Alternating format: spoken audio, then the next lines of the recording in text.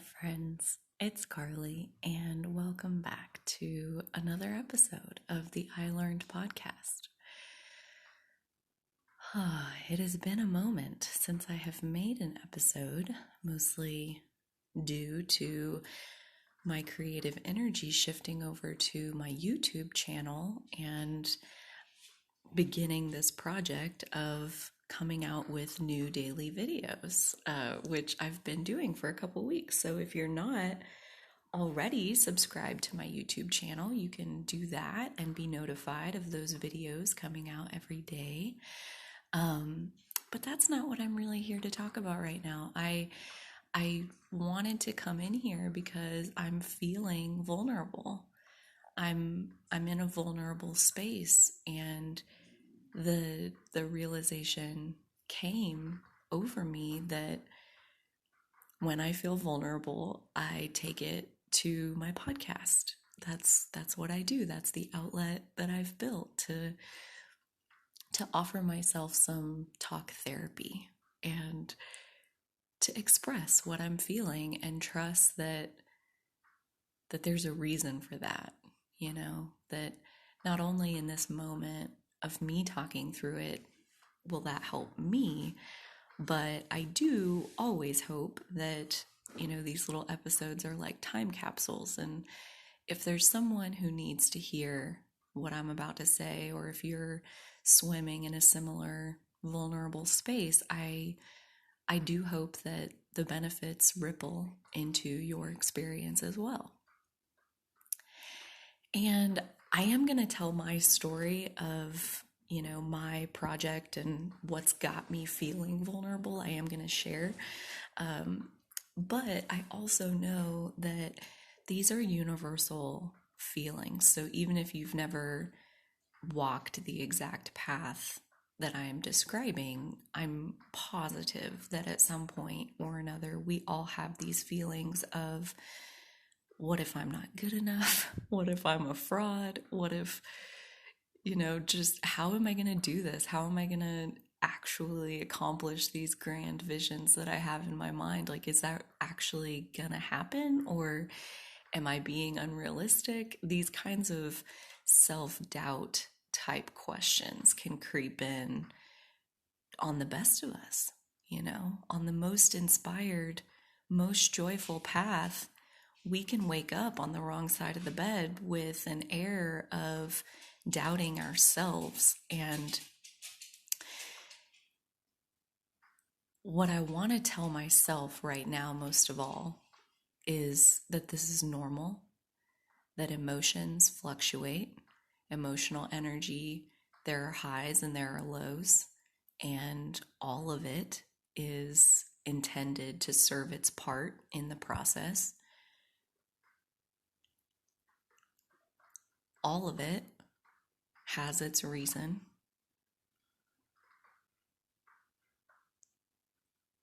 And ultimately, coping skills are, I think, the point of what this conversation is going to be about. Classic, I don't know what this conversation is going to be about. We're feeling our way through it one line at a time. But coping skills, I mean, when we don't feel good, what do you do about it? Do you cave in on yourself and wallow?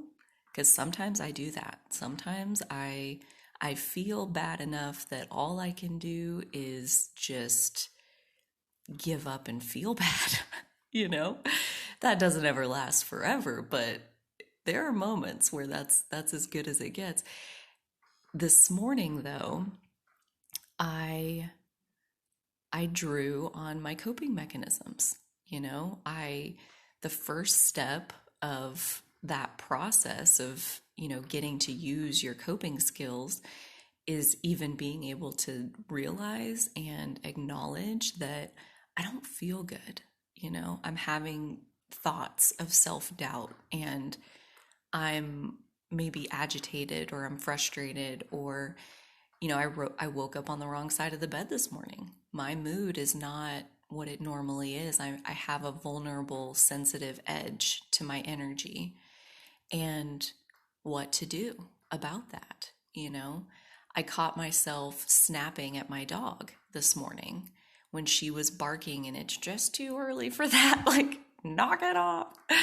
And I'm like, oh shit, look at me taking out my bad energy on others, you know? Like, the first step is always witnessing where you are and owning where you are.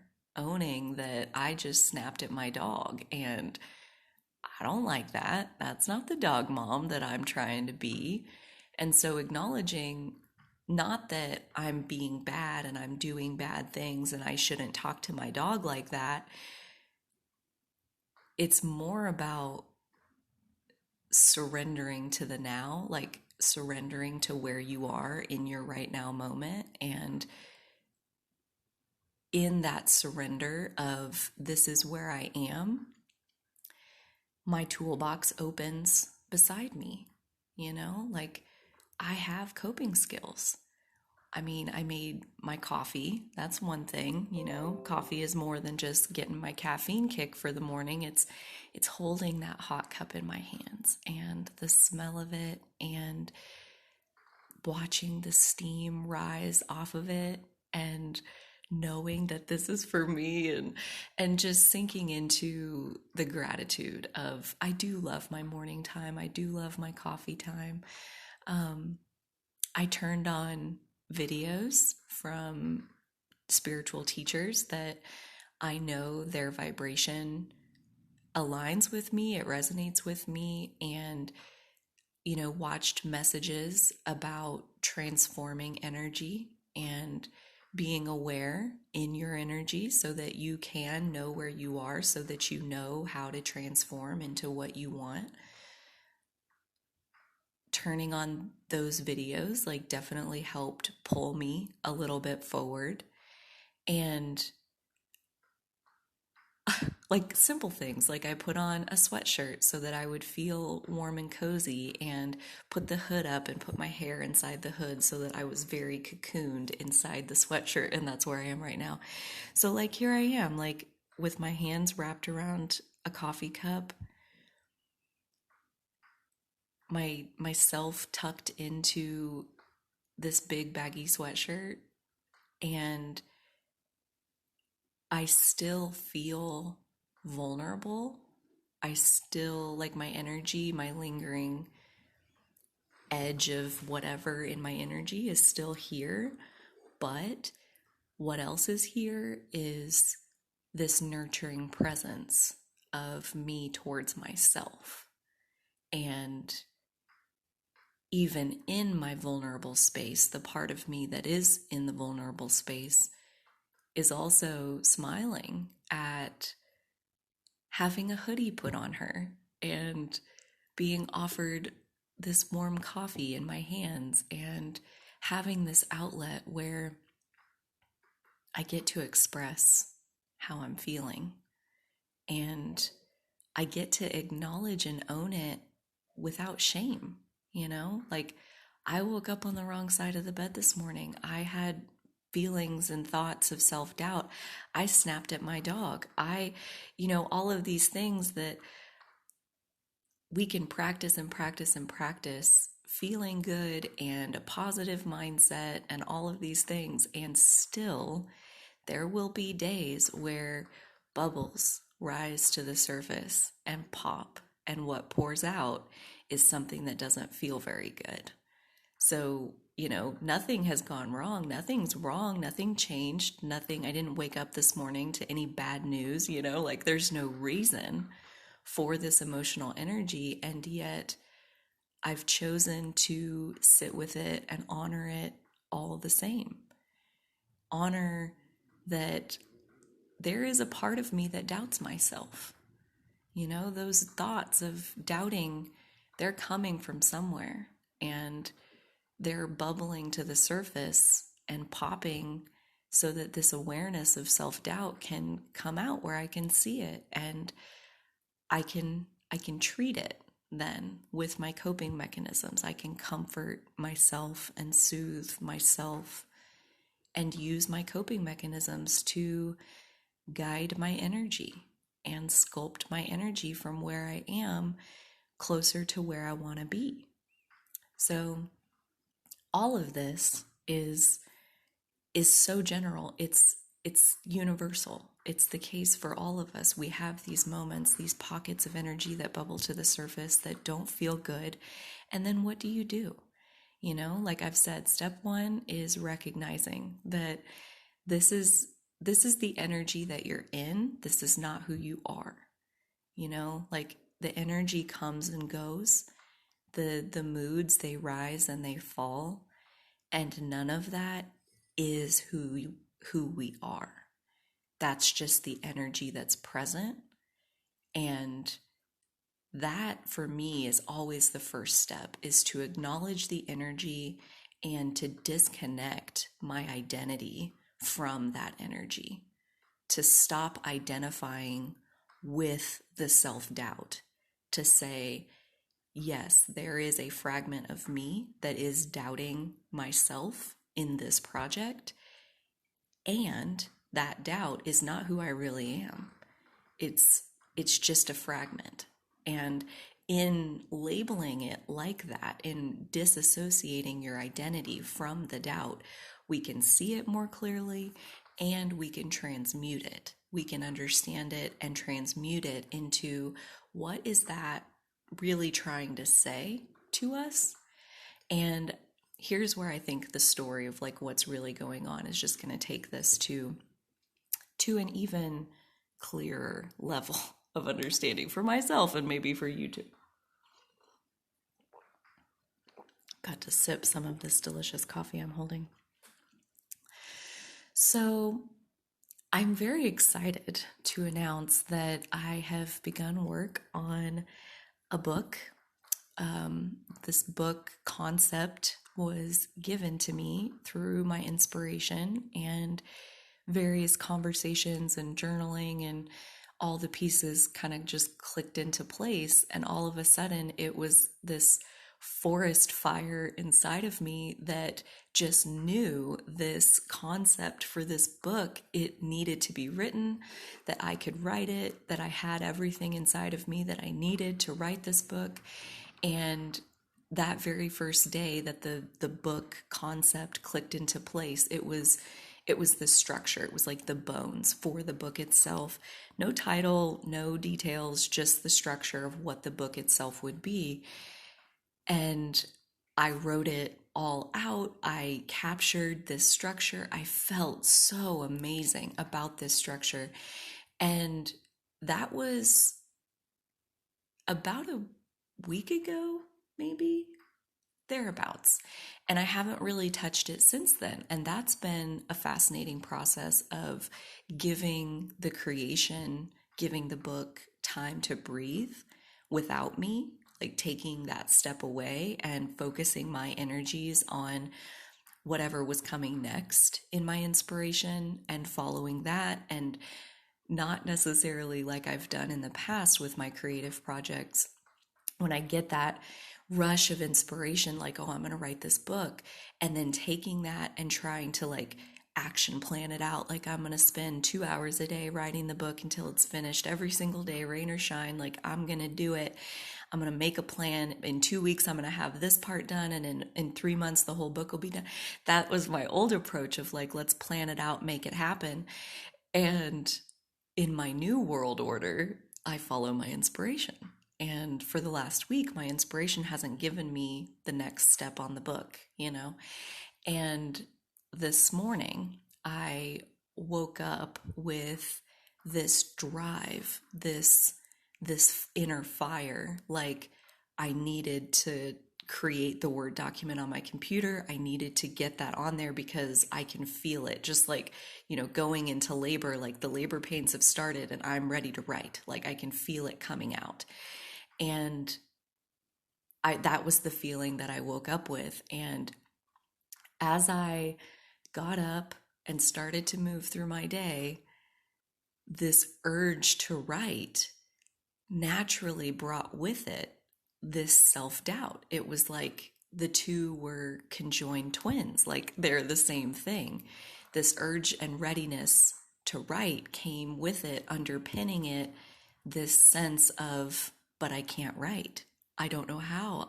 What if I can't do it? What if I write half a book and then I don't ever finish it? Like, so many other things that I've done in my life. All of these reasons to doubt and these reasons to say that even though I have this urge to write, I don't think I can do it.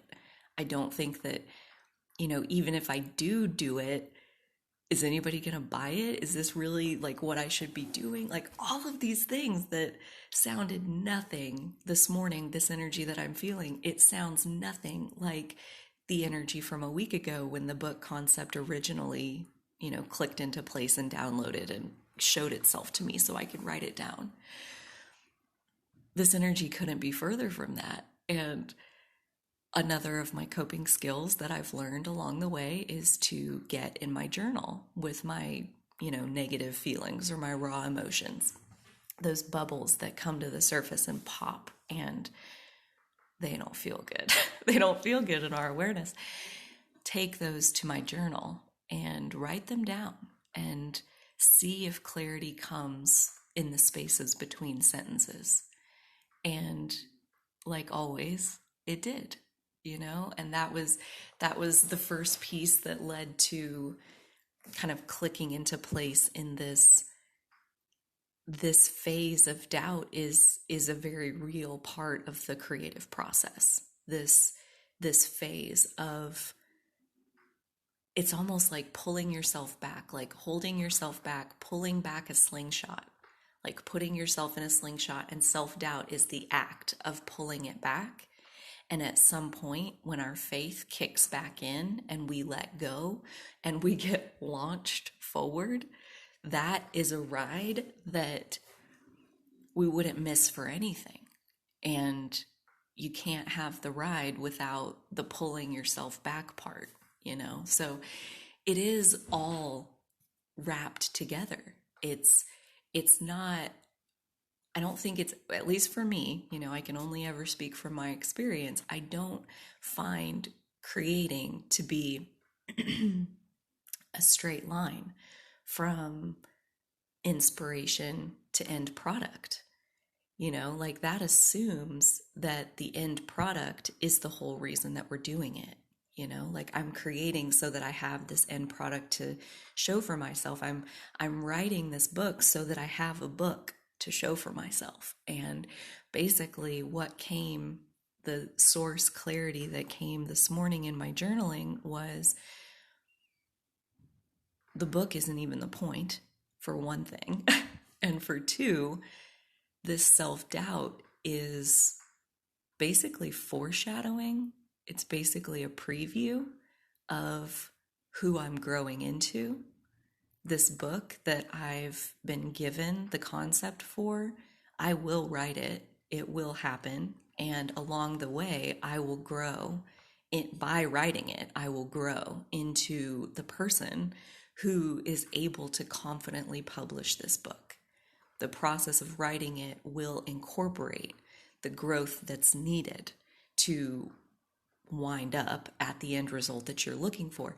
And at that point, is the creative process about the end result, or is the creative process about the growth that's packaged inside of each step? What's it for? What is the purpose? Is the purpose of writing the book to sell the book and make a bunch of money? Or is the purpose of writing the book to continue in my own spiritual development and my own clarity, my own understanding of who I am and how I fit into this world, into this experience? And already I know I have, I made the Word document and I wrote, and I have about half a page in my book. And that feels great. It really does. But soothing my vulnerability this morning and my self-doubt and knowing how to handle that when I caught myself in that energy, when I woke up in awareness and realized this is where I am, I don't feel good and I would like to feel better. And then having a toolbox full of tools to help myself feel better, to the point where now, 20 minutes into talking on this episode, I feel much better, so much less doubtful, like so much more back on the inspired side of every step along the way has its purpose. Even the self-doubt that I experienced this morning was a very real part of the process of writing this book. And the whole purpose of the book is so it's like basically a harmonization of body, mind, and spirit. That there is a transcendence that's possible when we bring all three of these components online in the way that they were intended to function, and we let there be the balance that's natural between body, mind, and spirit. That there is that transcendence, and that transcendence is actual wealth, it's power, it's fulfillment, it's satisfaction, it's happiness, it's everything that we're truly seeking. And this morning, what I'm seeing as I look back over the last couple hours is this morning was a demonstration to me that my book is so right on. It's exactly true that all wealth is actually spiritual. All power is actually spiritual. It's wealth is the quality of the relationship between me and me. Happiness is the quality of the relationship between me and me. And this book aims to bring all of these pieces that I've learned together into one place where, again, I think the main audience of this book is me, is the act of writing it, the process, the undergoing of the growth that will be required to get to the end of this creative process. I'm honored. I'm honored by the doubt that I felt this morning. I'm honored by stepping outside of my comfort zone to continue this process of my own personal evolution. I'm honored by the outlets that I've built along the way that not only help me feel so much better, but that put these little time capsules out into the world to be found by anyone who is going through a similar feeling self-doubt. And what do you do with that when it's there? Because it can be overwhelming, it can be all consuming, and we can stall out in that phase and never move forward. And I believe that self-doubt is a very real part of the creative process. If you want to make something new, if you want to express yourself, if you want to change the world, to make it better, you want to make an impact, self-doubt is your buddy that's going to ride shotgun and is going to keep you honest along your journey. And I think it all comes back to answering the question of why are we doing what we're doing? And if our motivations and our hearts are aligned, the self-doubt fades away. Like the self-doubt creeps in when we're doing things for the wrong reasons. And when we recenter back into our own personal journey, the self-doubt falls away. Because this book, it's not for anybody else. It's for me. It's for me to experience the growth of, yet again, being pulled under by self-doubt and practicing not being pulled under by self-doubt. Like that act of what happened this morning, that's the point of this book. Whoever will read it in the future, not the point. The act of writing it is my journey. And when we're centered on our journey for our heart's reasons, self-doubt doesn't really come into the picture. The alignment with our true self, the alignment with our higher self, it resolves any of the doubts that we're feeling, because in that alignment, we know that this growth, this evolution, it's for us, it's for our highest good. And our path can only ever be one step at a time. So sometimes the step is vulnerability. Sometimes the step is practicing self-soothing. Sometimes the step is practicing our emotional awareness and how that feeds into our emotion management. The outcomes of what we're creating, the final product, the book, the painting, the video, whatever it is, it's not the real juice of the creative process. It's not the real fruit of the creative process, the act of creating and the growth that bubbles to the surface because we have the desire to create. Because we have the desire to create, we have the desire to move forward and bring something new to life. We're shown all of the different ways that we're blocking ourselves and holding ourselves back from doing exactly that.